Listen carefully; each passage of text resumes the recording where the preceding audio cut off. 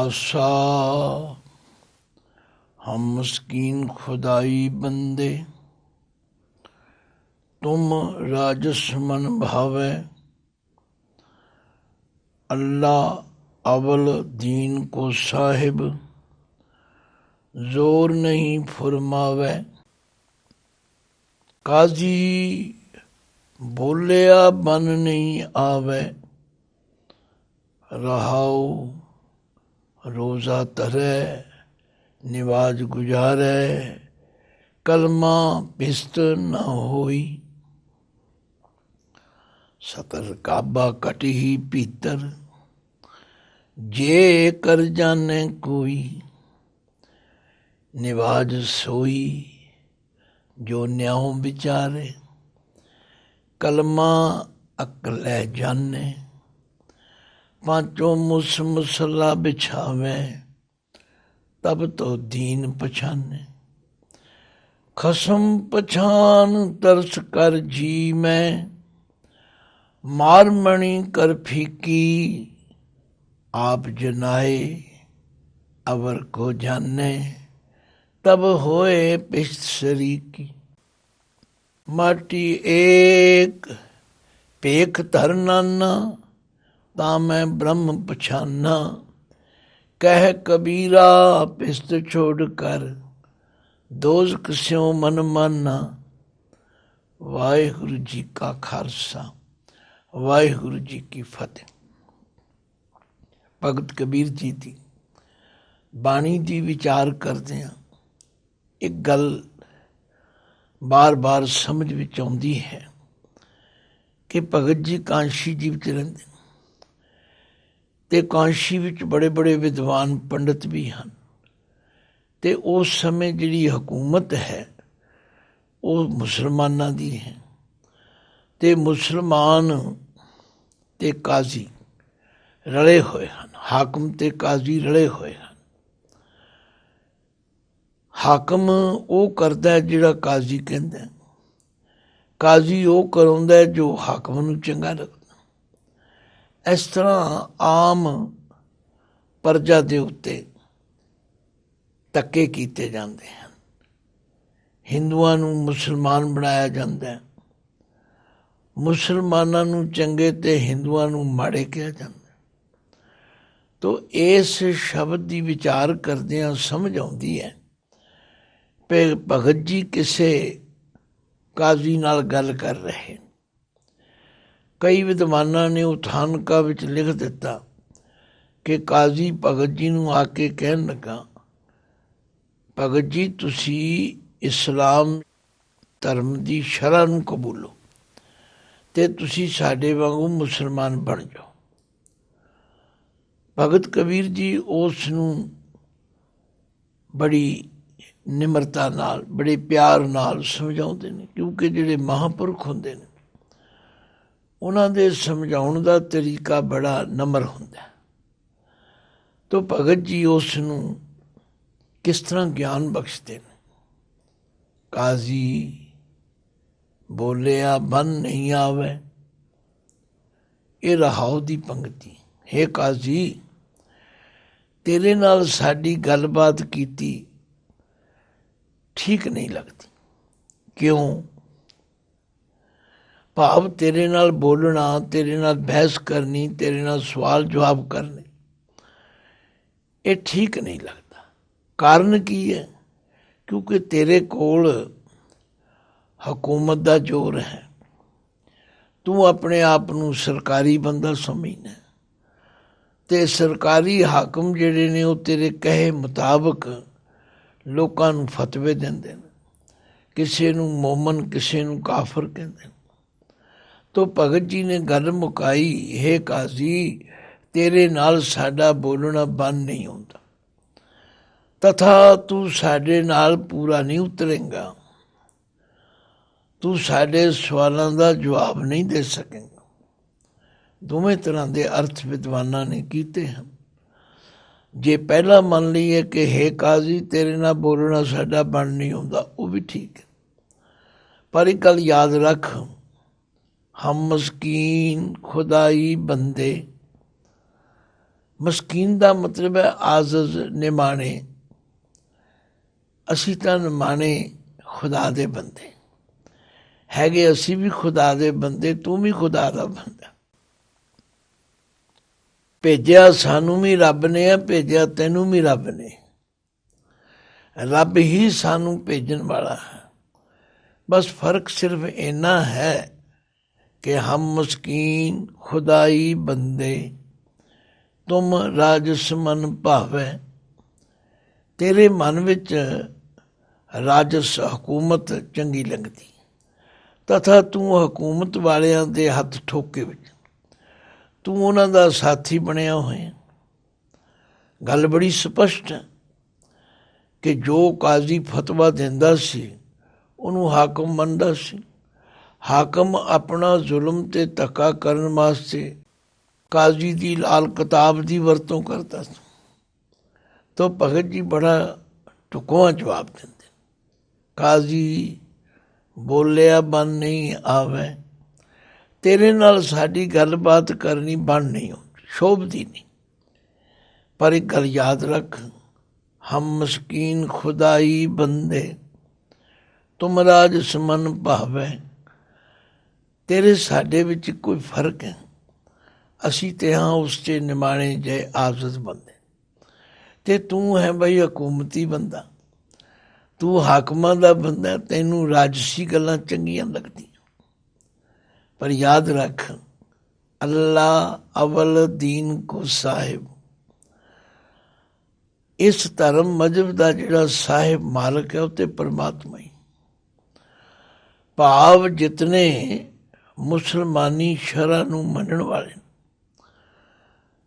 ਉਹ ਵੀ ਉਸੇ ਦੇ ਬੰਦੇ ਨੇ ਤੇ ਅਸੀਂ ਵੀ ਉਸੇ ਦੇ ਬੰਦੇ, ਕਿਉਂਕਿ ਇਹ ਸਾਰੇ ਸ਼ਬਦ ਵਿੱਚ ਗੱਲ ਕਾਜ਼ੀ ਨਾਲ ਹੋ ਰਹੀ। ਤੇ ਕਾਜ਼ੀ ਦੇ ਜਿਹੜੇ ਸ਼ਬਦ ਨੇ ਇਸਲਾਮੀ ਬੋਲ ਉਹ ਭਗਤ ਜੀ ਨੇ ਵਰਤੇ। ਬੜੇ ਧਿਆਨ ਨਾਲ ਵਿਚਾਰੀਏ, ਸਮਝ ਆ ਜਾਏ। ਕਾਜ਼ੀ ਬੋਲਿਆ ਬਣ ਨਹੀਂ ਆਵੇ, हम मस्कीन खुदाई बंदे, तुम राजसमन भावे। ਤੈਨੂੰ ਹਕੂਮਤੀ ਗੱਲਾਂ ਚੰਗੀਆਂ ਲੱਗਦੀਆਂ ਨੇ, ਤੂੰ ਰਜੋ ਗੁਣ ਦੀ ਨਸ਼ੇ ਵਿੱਚ ਹੈ। ਪਰ ਇੱਕ ਗੱਲ ਯਾਦ ਰੱਖ, ਅੱਲਾ ਅਵਲ ਦੀਨ ਕੋ ਸਾਹਿਬ, ਇਹਨੂੰ ਅੱਲਾ ਨਹੀਂ ਪੜ੍ਹਨਾ। ਇਹ ਤਿੰਨੇ ਅੱਖਰ ਮੁਕਤੇ ਹਨ, ਐੜਾ ਲੱਲਾ ਹਾ, ਅੱਲਾ। ਇਹ ਸਾਡੇ ਵਿੱਚ ਰਿਵਾਜ ਪੈ ਗਿਆ, ਅਸੀਂ ਅੱਲਾ ਵੀ ਬੋਲਦੇ ਹਾਂ, ਅੱਲੋ ਵੀ ਬੋਲਦੇ ਹਾਂ। ਨਹੀਂ, ਸ਼ਬਦ ਅੱਲਾ ਹੀ ਹੈ। ਅੱਲਾ ਅਵਲ ਦੀਨ ਕੋ ਸਾਹਿਬ, ਉਹ ਪਰਮਾਤਮਾ ਹੀ ਸਭ ਦਾ ਮਾਲਕ ਹੈ। ਜ਼ੋਰ ਨਹੀਂ ਫਰਮਾਵੇ, ਪਰ ਉਹਨੇ ਕਿਧਰੇ ਵੀ ਇਹ ਨਹੀਂ ਕਿਹਾ ਕਿ ਮੇਰੇ ਬੰਦਿਆਂ ਉੱਤੇ ਜ਼ੋਰ ਕਰੋ, ਧੱਕਾ ਕਰੋ। ਤੇ ਤੁਸੀਂ ਧੱਕਾ ਕਰਦੇ, ਤੁਸੀਂ ਲੋਕਾਂ ਨੂੰ ਆਪਣੀ ਈਨ ਸ਼ਰ੍ਹਾ ਮਨਾਉਣ ਵਾਸਤੇ ਕਈ ਤਰ੍ਹਾਂ ਦੀਆਂ ਜ਼ਿਆਦਤੀਆਂ ਕਰਦੇ। ਇਸ ਲਈ ਕਾਜ਼ੀ ਬੋਲਿਆ ਬਣ ਨਹੀਂ ਆਵੇ, ਹੇ ਕਾਜ਼ੀ ਤੇਰੇ ਨਾਲ ਸਾਡੀ ਗੱਲਬਾਤ ਕਰਨੀ ਠੀਕ ਨਹੀਂ ਲੱਗਦੀ।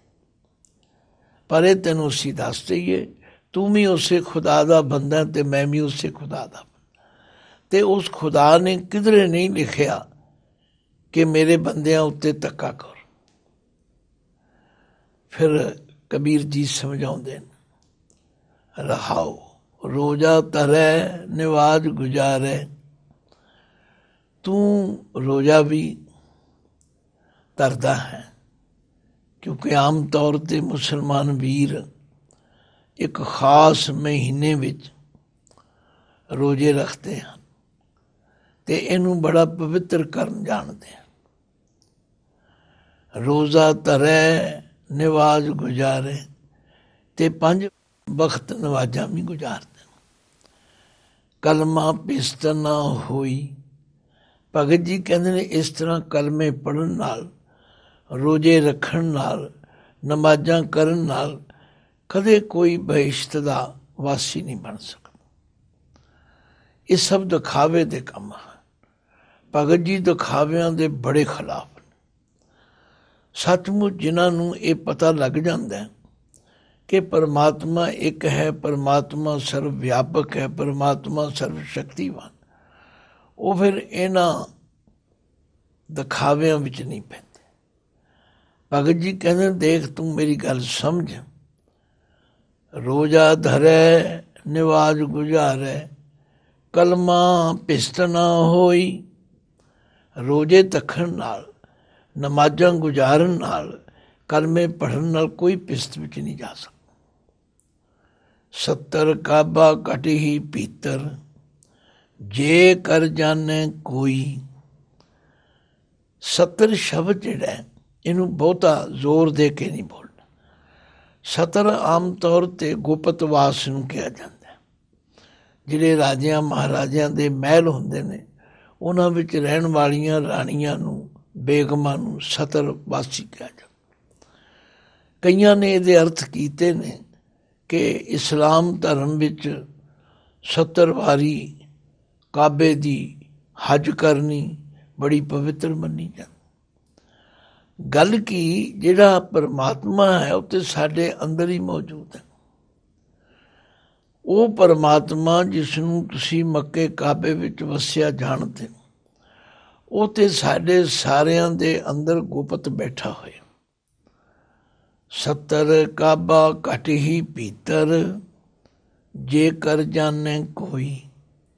ਜੇ ਕੋਈ ਇਹ ਗੱਲ ਜਾਣ ਲਵੇ ਕਿ ਪਰਮਾਤਮਾ ਤੇ ਮੇਰੇ ਅੰਦਰ, ਉਸ ਨੂੰ ਫਿਰ ਕਈ ਵਿਦਵਾਨਾਂ ਦੀ ਰਾਏ ਹੈ ਵੀ 70 ਵਾਰੀ ਕਾਬੇ ਜਾਣ ਦੀ ਲੋੜ ਹੀ ਕੋਈ ਨਹੀਂ। ਜਾਣਾ ਤੇ ਇਸ ਲਈ ਕਿ ਖੁਦਾ ਦੀ ਪ੍ਰਸੰਨਤਾ ਲੈਣੀ ਤੇ ਖੁਦਾ ਸਾਡੇ ਅੰਦਰ ਬੈਠਾ। ਰੋਜ਼ਾ ਧਰੈ ਨਿਵਾਜ ਗੁਜ਼ਾਰੈ, ਕਲਮਾ ਪਿਸਤ ਨਾ ਹੋਈ। 70 ਕਾਬਾ ਘਟ ਹੀ ਭੀਤਰ, ਜੇ ਕਰ ਜਾਣੇ ਕੋਈ। ਜੇ ਕੋਈ ਇਹ ਗੱਲ ਜਾਣ ਲਵੇ ਕਿ ਮੇਰੇ ਤਾਂ ਅੰਦਰ ਹੀ ਪਰਮਾਤਮਾ ਹੈ, ਫਿਰ ਉਹਦੇ ਵਾਸਤੇ ਨਿਵਾਜ ਸੋਈ ਜੋ ਨਿਉ ਵਿਚਾਰੇ। ਜਿਹੜਾ ਲੋਕਾਂ ਨਾਲ ਇਨਸਾਫ ਕਰੇ, ਧੱਕਾ ਨਾ ਕਰੇ, ਇਹੋ ਹੀ ਨਮਾਜ਼ ਬਣ ਜਾਂਦੀ। ਭਾਵ ਨਮਾਜ਼ ਪੜ੍ਹਨ ਦਾ ਮਤਲਬ ਹੀ ਇਹ ਹੈ। ਤਥਾ ਜਿਹੜਾ ਇਨਸਾਫ ਕਰਦਾ ਹੈ, ਜਿਹੜਾ ਇਨਸਾਫ ਪਸੰਦ ਹੈ, ਉਹ ਮਾਨੋ ਨਮਾਜ਼ ਹੀ ਪੜ੍ਹ ਰਿਹਾ। ਉਹਦੀ ਨਮਾਜ਼ ਹੀ ਨਿਆਂ ਕਰਨਾ ਤੇ ਨਿਆਂ ਕਰਨਾ ਹੀ ਨਮਾਜ਼ ਹੈ। ਜਿਹੜਾ ਹਾਕਮ ਹੋ ਕੇ ਲੋਕਾਂ ਨਾਲ ਇਨਸਾਫ ਕਰਦਾ ਹੈ, ਇਹ ਮਾਨੋ ਉਹਦੀ ਨਮਾਜ਼ ਹੈ। ਨਿਵਾਜ ਸੋਈ ਜੋ ਨਿਉ ਵਿਚਾਰੈ, ਕਲਮਾ ਅਕਲੈ ਜਾਣੈ। ਜਿਹੜਾ ਉਸ ਪਰਮਾਤਮਾ ਨੂੰ ਜੋ ਬਨਾਵਟ ਤੋਂ ਰਹਿਤ ਹੈ ਤਥਾ ਅਕਲ ਦੁਆਰਾ ਸੋਝੀ ਨਾਲ ਸਮਝ ਲਵੇ, ਇਹ ਉਹਦਾ ਕਲਮਾ ਹੈ। ਜਿਹਨੂੰ ਪਰਮਾਤਮਾ ਆਪਣੇ ਅੰਦਰ ਨਜ਼ਰ ਆਉਂਦਾ ਤਥਾ ਸਭ ਦੇ ਅੰਦਰ ਨਜ਼ਰ ਆਉਂਦਾ, ਇਹ ਉਹਦੇ ਲਈ ਕਲਮਾ ਹੈ। ਨਿਵਾਜ ਸੋਈ ਜੋ ਨਿਉ ਵਿਚਾਰੈ, ਕਲਮਾ ਅਕਲੈ ਜਾਣੈ। ਪਾਂਚੋਂ ਮੁਸ ਮੁਸੱਲਾ ਬਿਛਾਵੇ, ਤਬ ਤੋਂ ਦੀਨ ਪਛਾਨੇ। ਹੁਣ ਅੱਖਰ ਨੂੰ ਸਮਝਣਾ ਬੜਾ ਜ਼ਰੂਰੀ। ਜੇ ਅਸੀਂ ਲਿਖਿਆ ਪੜ੍ਹੀਏ ਤੇ ਮੁਸਲਾ ਹੈ, ਪਰ ਇਹਦਾ ਉਚਾਰਨ ਮੁਸੱਲਾ ਕਰ। ਸੱਸੇ ਦੇ ਉੱਤੇ ਅਧਕ ਲਾ ਕੇ ਪੜਾਂਗੇ ਮੁਸੱਲਾ। ਮੁਸੱਲਾ ਉਸ ਕੱਪੜੇ ਨੂੰ ਕਹਿੰਦੇ ਨੇ ਜਿਹੜਾ ਨਮਾਜ਼ ਪੜ੍ਹਨ ਵੇਲੇ ਨਮਾਜ਼ੀ ਵੀਰ ਥੱਲੇ ਵਿਛਾਉਂਦੇ, ਉਹਨੂੰ ਸਫ ਵੀ ਕਹਿੰਦੇ ਨੇ, ਉਹਨੂੰ ਮੁਸੱਲਾ ਵੀ ਕਹਿੰਦੇ ਨੇ। ਆਖਿਆ ਪਾਂਚੋਂ ਮੁਸ, ਇਹ ਜਿਹੜੇ 5 ਕਾਮ ਕ੍ਰੋਧ ਲੋਭ ਮੋਹ ਅਹੰਕਾਰ ਨੇ, ਇਹਨਾਂ ਨੂੰ ਕਾਬੂ ਕਰਕੇ, ਇਹਨਾਂ ਨੂੰ ਕਾਬੂ ਕਰ ਲੈਣਾ ਜੋ ਹੈ, ਇਹ ਮਾਨੋ ਉਸ ਦਾ ਮੁਸੱਲਾ ਹੈ। ਪਾਂਚੋਂ ਮੁਸ ਮੁਸੱਲਾ ਬਿਛਾਵੇ, ਤਬ ਤੋਂ ਦੀਨ ਪਛਾਨੇ। ਫਿਰ ਅਸਲ ਧਰਮ ਦੀ ਗੱਲ ਉਹਨੂੰ ਸਮਝ ਆਵੇ, ਫਿਰ ਉਹ ਪਰਮਾਤਮਾ ਦੇ ਨੇੜੇ ਹੋਵੇਗਾ। ਕਿਤਨੀ ਖੂਬਸੂਰਤ ਵਿਚਾਰ ਹੈ। ਨਵਾਜ ਸੋਈ ਜੋ ਨਿਉ ਵਿਚਾਰੈ, ਕਲਮਾ ਅਕਲੈ ਜਾਣੈ। ਪਾਂਚੋਂ ਮੁਸ ਮੁਸੱਲਾ ਬਿਛਾਵੇ, ਤਬ ਤੋਂ ਦੀਨ ਪਛਾਨੇ। ਇਹਨਾਂ 5 ਨੂੰ ਮੁਸ ਦਾ ਮਤਲਬ ਹੈ ਠੱਗਣਾ, ਕਾਬੂ ਕਰਨਾ, ਵਸੀਕਰਨ ਕਰਨਾ। ਇਹਨਾਂ ਪੰਜਾਂ ਦੇ ਉੱਤੇ ਕਾਬੂ ਪਾ ਲਵੇ, ਫਿਰ ਉਸ ਨੂੰ ਦੀਨ ਦੀ ਸਮਝ ਆਵੇ, ਫਿਰ ਉਹ ਧਰਮ ਦੀ ਗੱਲ ਸਮਝੇਗਾ। ਖਸਮ ਪਛਾਨ ਤਰਸ ਕਰ ਜੀ ਮੈਂ, ਮਾਰਮਣੀ ਕਰ ਫੀਕੀ। ਆਖਿਆ ਹੈ ਕਾਜ਼ੀ, ਜੇ ਤੂੰ ਅਸਲ ਦੀਨਦਾਰ ਬਣਨਾ ਨਾ, ਜੇ ਤੂੰ ਅਸਲ ਖੁਦਾ ਦਾ ਬੰਦਾ ਬਣਨਾ ਤੇ ਫਿਰ ਉਹਦੀ ਪਛਾਣ ਕਰ। ਪਛਾਣ ਦੇ ਨੰਨੇ ਨੂੰ ਸਿਆਰੀ ਹੈ। ਪਹਿਲਾਂ ਆਪਣੇ ਅੰਦਰ ਵਸਤੇ ਖਸਮ ਨੂੰ ਪਛਾਣ। ਖਸਮ ਪਛਾਣ ਤਰਸ ਕਰ ਜੀ ਮੈਂ, ਫਿਰ ਇਹਨਾਂ ਜੀਆਂ ਦੇ ਉੱਤੇ ਤਰਸ ਕਰ। ਭਾਵ ਆਪਣੇ ਅੰਦਰ ਤਰਸ ਕਰਨ ਦੀ ਭਾਵਨਾ ਲਿਆ ਕਿ ਰੱਬ ਤੇ ਸਾਰਿਆਂ ਵਿੱਚ। ਬਹੁਤ ਜਗ੍ਹਾ ਭਗਤ ਜੀ ਨੇ ਕਿਹਾ ਹੈ, ਹੇ ਮੁੱਲਾ ਕਹੋ ਨਿਆਉ ਖੁਦਾਈ, ਤੂੰ ਮੈਨੂੰ ਖੁਦਾ ਦਾ ਨਿਆਂ ਦੱਸ ਕੀ। ਜੇ ਤੂੰ ਕਹਿਣਾ ਹੈ कि सब में एक खुदाए कहते हो तो क्यों मुर्गी मारे, फिर तू मुर्गियाँ क्यों मारता, फिर तू खुदा दे नाम ते बलियाँ क्यों चढ़ाने। खसम पछान तरस कर जी में, मारमणी कर फीकी। ਇਹ ਜਿਹੜਾ ਤੇਰੇ ਅੰਦਰ ਅਹੰਕਾਰ ਦੀ ਮਣੀ ਹੈ ਨਾ, ਇਹਨੂੰ ਮਾਰ, ਇਹਨੂੰ ਖਤਮ ਕਰ। ਫੀਕੀ ਕਰਨ ਦਾ ਮਤਲਬ ਇਹਦੇ ਪ੍ਰਭਾਵ ਤੋਂ ਬਚ, ਇਸ ਦਾ ਤਿਆਗ ਕਰਨਾ ਕਰ। ਤੇ ਆਪ ਜਨਾਏ ਅਵਰ ਕੋ ਜਾਣੇ, ਤਬ ਹੋਏ ਪਿਸਤ ਸ਼ਰੀਕੀ। ਪਹਿਲਾਂ ਆਪ ਜਨਾਏ, ਆਪਣਾ ਆਪ ਸਮਝੇ, ਫਿਰ ਅਵਰ ਕੋ ਜਾਣੇ, ਫਿਰ ਦੂਜਿਆਂ ਵਿੱਚ ਵਸਤੇ ਰੱਬ ਨੂੰ ਦੇਖੇ। ਜੇ ਬੰਦਾ ਇਸ ਤਰ੍ਹਾਂ ਕਰ ਲਵੇ, ਤਬ ਹੋਏ ਪਿਸਤ ਸ਼ਰੀਕੀ। ਸ਼ਰੀਕੀ ਦਾ ਮਤਲਬ ਹੈ ਹਿੱਸੇਦਾਰ ਬਣਨਾ, ਭਾਈਵਾਲ ਬਣਨਾ, ਸਾਂਝੀਵਾਲ ਬਣਨਾ। ਫਿਰ ਉਹ ਬਹਿਸ਼ਤ ਤੱਕ ਪਹੁੰਚ ਸਕਦਾ। ਪਰ ਤੁਸੀਂ ਤਾਂ ਦੂਜਿਆਂ ਨੂੰ ਕਾਫਰ ਕਹਿੰਦੇ ਹੋ, ਆਪਣੇ ਆਪ ਨੂੰ ਮੋਮਨ ਕਹਿੰਦੇ ਹੋ। ਸਭ ਹਕੂਮਤਾਂ ਐਵੇਂ ਕਰਦੀਆਂ ਨੇ, ਔਰ ਹਕੂਮਤ ਦੇ ਨਸ਼ੇ ਵਿੱਚ ਆ ਕੇ ਦੂਜਿਆਂ ਨੂੰ ਬੰਦੇ ਨਹੀਂ ਸਮਝਦੇ, ਉਹਨਾਂ 'ਤੇ ਧੱਕੇ ਕਰਦੇ ਨੇ, ਉਹਨਾਂ ਦੇ ਹੱਕ ਖੋਹਦੇ ਨੇ, ਉਹਨਾਂ ਨਾਲ ਜ਼ੁਲਮ ਕਰਦੇ ਨੇ। ਆਪ ਜਨਾਏ ਅਵਰ ਕੋ ਜਾਣੇ, ਤਬ ਹੋਏ ਪਿਸ਼ਤ ਸ਼ਰੀਕੀ। ਪਹਿਲਾਂ ਆਪਣੇ ਆਪ ਨੂੰ ਸਮਝ, ਆਪਣੇ ਅੰਦਰ ਵਸਦੇ ਖੁਦਾ ਨੂੰ ਦੇਖ, ਫਿਰ ਦੂਜਿਆਂ ਨੂੰ ਜਣਾ, ਫਿਰ ਤੂੰ ਬਹਿਸ਼ਤਾ ਸ਼ਰੀਕੀ ਹਿੱਸੇਦਾਰ ਬਣ ਸਕਦਾ। ਹੁਣ ਇਹ ਉਪਦੇਸ਼ ਸ਼ਬਦ ਇਸਲਾਮੀ ਵਰਤੇ ਨੇ, ਪਰ ਹੈ ਤੇ ਸਭ ਪ੍ਰਾਣੀ ਮਾਤਰ ਨੇ। ਭਾਵੇਂ ਕੋਈ ਹਿੰਦੂ ਹਾਕਮ ਹੋਵੇ ਤੇ ਭਾਵੇਂ ਕੋਈ ਮੁਸਲਮਾਨ ਹੋਵੇ, ਭਾਵੇਂ ਕੋਈ ਕਾਜੀ ਹੋਵੇ ਤੇ ਭਾਵੇਂ ਬਾਹਮਣ ਹੋਵੇ, ਮਹਾਂਪੁਰਖਾਂ ਦੇ ਜਿਹੜੇ ਬੋਲ ਨੇ ਉਹ ਸਾਰਿਆਂ ਲਈ ਸਾਂਝੇ ਹੁੰਦੇ ਨੇ। ਜੇ ਤੂੰ ਬਹਿਸ਼ਤ ਦਾ ਸਾਂਝੀਵਾਲ ਬਣਨਾ ਚਾਹੁੰਦਾ ਫਿਰ ਤਾਂ ਇਹੀ ਤਰੀਕਾ। ਅਖੀਰ ਵਿੱਚ ਭਗਤ ਜੀ ਕਹਿੰਦੇ, ਮਾਟੀ ਏਕ ਭੇਖ ਧਰ ਨਾਨਾ, ਤਾਂ ਮੈਂ ਬ੍ਰਹਮ ਪਛਾਨਾ। ਸਾਰਿਆਂ ਦੀ ਮਿੱਟੀ ਇੱਕੋ ਹੀ। ਹਾਂ, ਭੇਖ ਪਹਿਰਾਵੇ ਵੱਖ ਵੱਖ ਨੇ।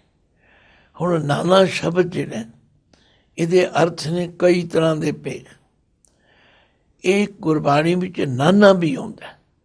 ਜੇ ਦੂਜੇ ਨੰਨੇ ਦੇ ਪੈਰ ਵਿੱਚ ਲਕੀਰ ਲੱਗੀ ਹੋਵੇ ਤਾਂ ਉਹਨੂੰ ਨਾਨਾ ਬੋਲ। ਨਾਨਾ ਦਾ ਮਤਲਬ ਛੋਟਾ। ਉਹ ਨਾਨਾ ਮਾਤਾ ਦੇ ਪਿਤਾ ਨੂੰ ਵੀ ਨਾਨਾ ਕਹਿੰਦੇ, ਪਰ ਇੱਥੇ ਹੈ ਕਈ ਤਰ੍ਹਾਂ ਦੇ ਭੇਖ ਹਨ। ਮਾਟੀ ਏਕ ਭੇਖ ਧਰ ਨਾਨਾ, ਤਾਂ ਮੈਂ ਬ੍ਰਹਮ ਪਛਾਨਾ। ਬਈ ਸਾਰਿਆਂ ਦੇ ਅੰਦਰ ਉਸ ਬ੍ਰਹਮ ਜੋਤ ਨੂੰ, ਉਸ ਅੱਲਾ ਦੀ ਜੋਤ ਨੂੰ ਪਛਾਣਨਾ ਕਰ। ਕਹਿ ਕਬੀਰਾ ਪਿਸਤ ਛੋੜ ਕਰ, ਦੋਜਕ ਸਿਉ ਮਨ ਮਾਨਾ। ਕਬੀਰ ਜੀ ਕਹਿੰਦੇ ਨੇ, ਹੇ ਕਾਜ਼ੀ, ਤੂੰ ਤੇ ਬਹਿਸ਼ਤ ਦਾ ਰਾਹ ਹੀ ਛੱਡ ਦਿੱਤਾ। ਤੂੰ ਤੇ ਰੱਬ ਦੇ ਬੰਦਿਆਂ ਉੱਤੇ ਜ਼ੁਲਮ ਕਰਦਾ, ਬੇਇਨਸਾਫੀ ਕਰਦਾ, ਫਤਵੇ ਸੁਣਾਉਂਦਾ। ਅਤੇ ਤੂੰ ਜਿਹੜੇ ਕੰਮ ਕਰ ਰਿਹਾ ਨਾ, ਇਹ ਤਾਂ ਇਉਂ ਲੱਗਦਾ ਦੋਜ਼ਕ ਸਿਉ ਮਨ ਮਾਨਾ। ਤੇਰਾ ਮਨ ਤੇ ਦੋਜ਼ਕ ਵਾਲੇ ਪਾਸੇ ਜਾਣ ਲਈ ਤਿਆਰੀ ਕਰ ਰਿਹਾ। ਦੇਖੋ, ਜਿਹੜੇ ਸੱਚ ਦੇ ਹਾਮੀ ਹੁੰਦੇ ਨੇ, जिमें बाबा नानक जी ने कहा ना, सच की बाणी नानक आखै, सच सुनाए सी सच की बेला। इसे तरह ਜਿਹੜੇ ਰੱਬ ਦੇ ਭਗਤ ਨੇ ਉਹ ਸੱਚੀ ਗੱਲ ਕਰਨ ਨੂੰ ਕਦੇ ਝਿਜਕਦੇ ਨਹੀਂ, ਰੁਕਦੇ ਨਹੀਂ, ਡਰਦੇ ਨਹੀਂ, ਕਿਉਂਕਿ ਉਹਨਾਂ ਦੇ ਅੰਦਰ ਸੱਚ ਹੈ।